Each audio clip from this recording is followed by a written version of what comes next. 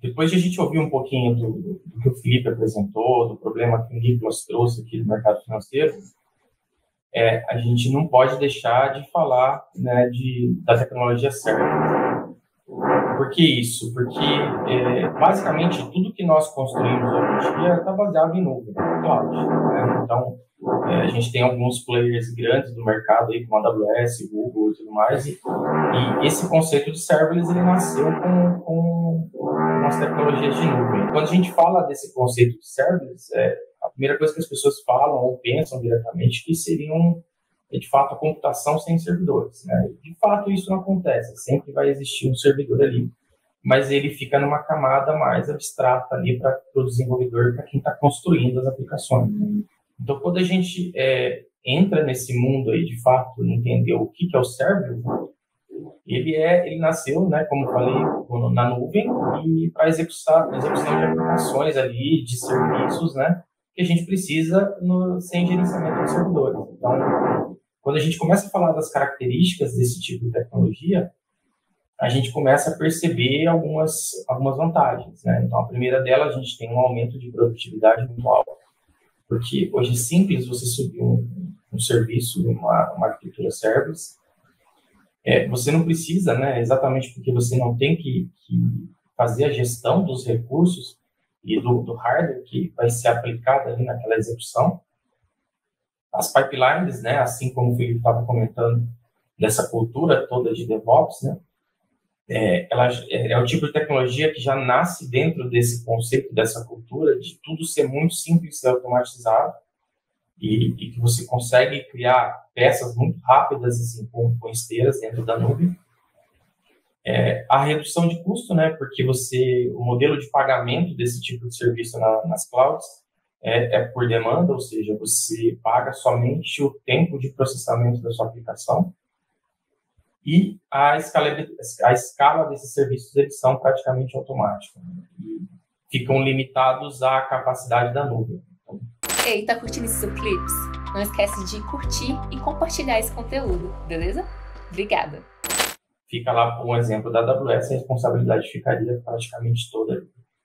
Claro que nem tudo são flores, né? A gente não pode usar, não existe bala de prata, então a gente não pode afirmar que o serverless poderia ser usado em qualquer cenário ou em qualquer tipo de aplicação, mas, de fato, é uma tecnologia muito útil, principalmente para esse caso aqui do MLOps, em que a gente consegue ter uma redução de custo e escala muito alta para o que a gente está projetando.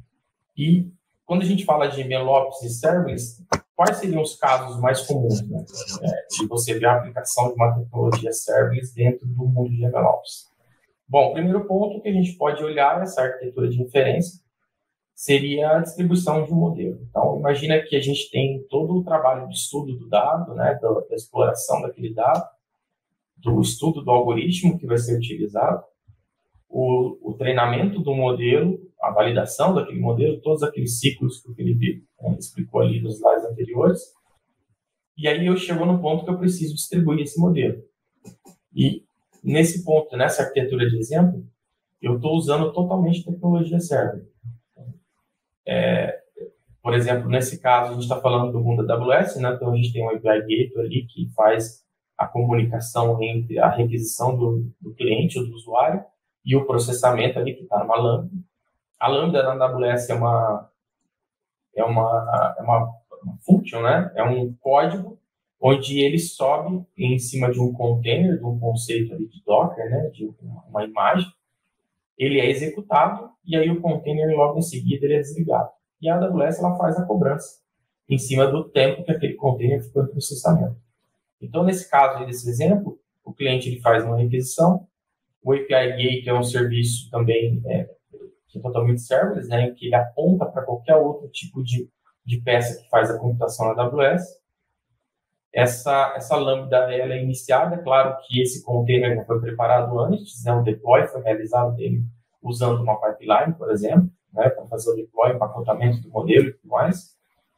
Ele faz a inferência daquela requisição, né, para o modelo de negócio, né, para o que ele foi treinado para resolver, e devolve isso para o usuário, e aí você pode ter como se fosse uma API comum.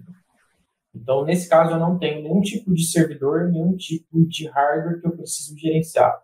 Tudo isso está na camada abstrata ali da nuvem, em que eu posso pensar simplesmente no meu código e no problema que eu quero resolver de negócio.